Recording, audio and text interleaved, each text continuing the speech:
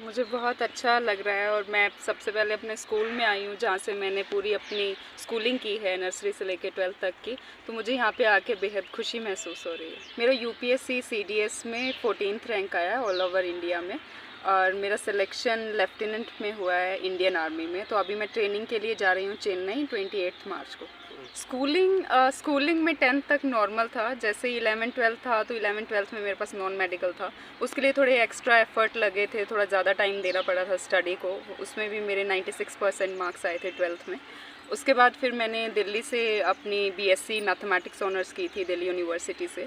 उसके बाद मैंने 1 साल के लिए कोचिंग की थी नेक्स्ट आईएएस इंस्टीट्यूट से। फिर मैंने ये एग्ज़ाम दिया था और फर्स्ट अटैम्प्ट में मेरा रिटर्न और इंटरव्यू दोनों क्लियर हो गए। परिवार से ही मुझे सपोर्ट था इसीलिए मैं आज यहाँ पे खड़ी हूँ। बिकॉज़ बहुत सारे बच्चे होते हैं कि जो पढ़ते हैं, जो अच्छे हैं, इंटेलिजेंट हैं, बट कुछ ऐसे फैमिली रीज़न्स होते हैं कि वो आगे नहीं बढ़ पाते हैं। मेरे को स्टार्टिंग से ही मेरे पेरेंट्स का, स्कूल का, मुझे सबका सपोर्ट मिला है। और मुझे सपोर्ट इतना मिला है कि मेरी फैमिली ने मेरे लिए सब कुछ किया है, और उनकी वजह से ही आज मैं यहाँ पे और इस मुकाम पे पहुँचा। गाँव में बहुत खुशी है। पहले जो लोग कुछ लोग बातें करते थे कि इतनी दूर भेजा है, दिल्ली भेजा है, इतना खर्चा लगा रहे हैं, वही लोग आज कहते हैं कि नहीं, ये स्टेप इनका सही था। और वही लोग कहते हैं कि ये हमारी बेटी है और इसने हमारा नाम रोशन किया है। स्कूलिंग में तो नॉर्मल घंटे की पढ़ाई थी। जब मैं दिल्ली थी, मैंने कोचिंग की थी, उस टाइम पे मेरी हो जाती थी 14 से 16 घंटे की मेरे को देने पड़ते थे पढ़ाई को। मैं लड़कियों को यही दूंगी कि आप एफ़र्ट्स कीजिए। लड़कियों से ज़्यादा मैं उनके पेरेंट्स को कहूँगी कि मैं भी एक लड़की हूँ, और मैं अगर आज इस मुकाम पे पहुंच सकती हूँ तो आपकी बेटी भी कहीं ना कहीं पहुंच सकती है। ज़रूरी नहीं है किसी फील्ड में जाए, किसी भी फील्ड में जा सकती हैं लड़कियाँ। एयरफोर्स में, आर्मी में, इंजीनियर, डॉक्टर, हर एक जगह, आईपीएस, आईएएस, हर एक जगह आज लड़कियाँ हैं। ऐसा कोई फील्ड नहीं है जहाँ पे लड़कियाँ नहीं हैं। अभी जो रिसेंटली जो हुआ था, जो हमारा चंद्रयान लॉन्च हुआ था, उसमें भी जो सबसे टॉप पे थी वो एक लड़की थी।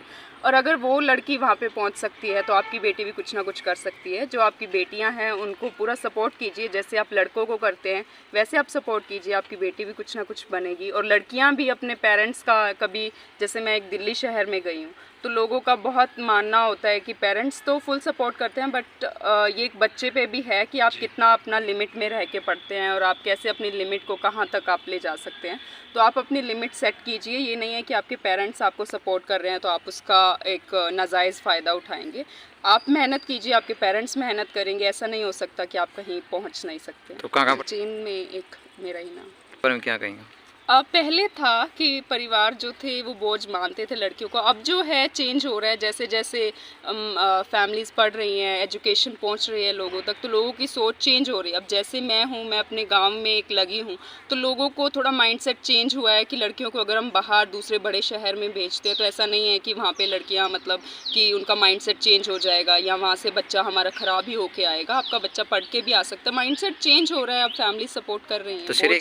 श्रेय सबको ही जाता है। सबसे पहले पेरेंट्स को जाता है जिन्होंने मुझे पढ़ाया और जिन्होंने मुझे आगे भेजा। उसके बाद मेरे स्कूल को जाता है जिन्होंने मुझे बहुत सपोर्ट किया। बिकॉज़ इंटरव्यू में भी ऐसा होता है कि आपके पास बोलने की पावर होनी चाहिए। आप बोल सकते हो, आप अपने आप को एक्सप्रेस कर सकते हो, तभी आप कुछ बन सकते हो। तो यहाँ पे जो मैम थे वो मुझे बहुत वो करते थे, डिबेट में लेके जाना, कभी उधर लेके जाना, कभी किधर लेके जाना।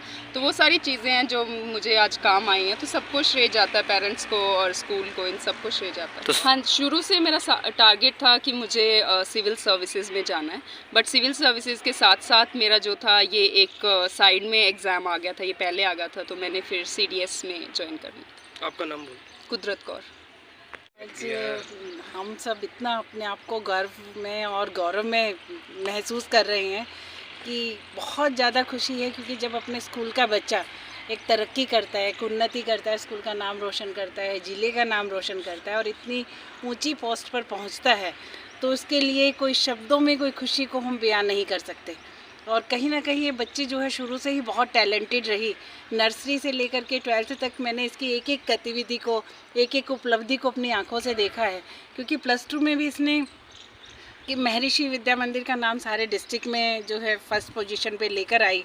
नेशनल लेवल के हमारे महर्षि इंस्टीट्यूट के जितने भी कॉम्पिटिशन्स होते थे उसमें आगे बढ़ना, यहाँ तक कि भोपाल में नेशनल लेवल का, इंटरनेशनल लेवल के जो कॉम्पिटिशन्स हुए उसमें जींद को एक पहचान देना, वो कुदरत ने किया और हम बहुत ही ज़्यादा आज बच्चे भी एक आदर्श मानते हुए एक इंस्पिरेशंस ले रहे हैं कि हम भी इसी तरह से स्कूल का अपने घर का नाम रोशन करें। आपका नाम बोलिए।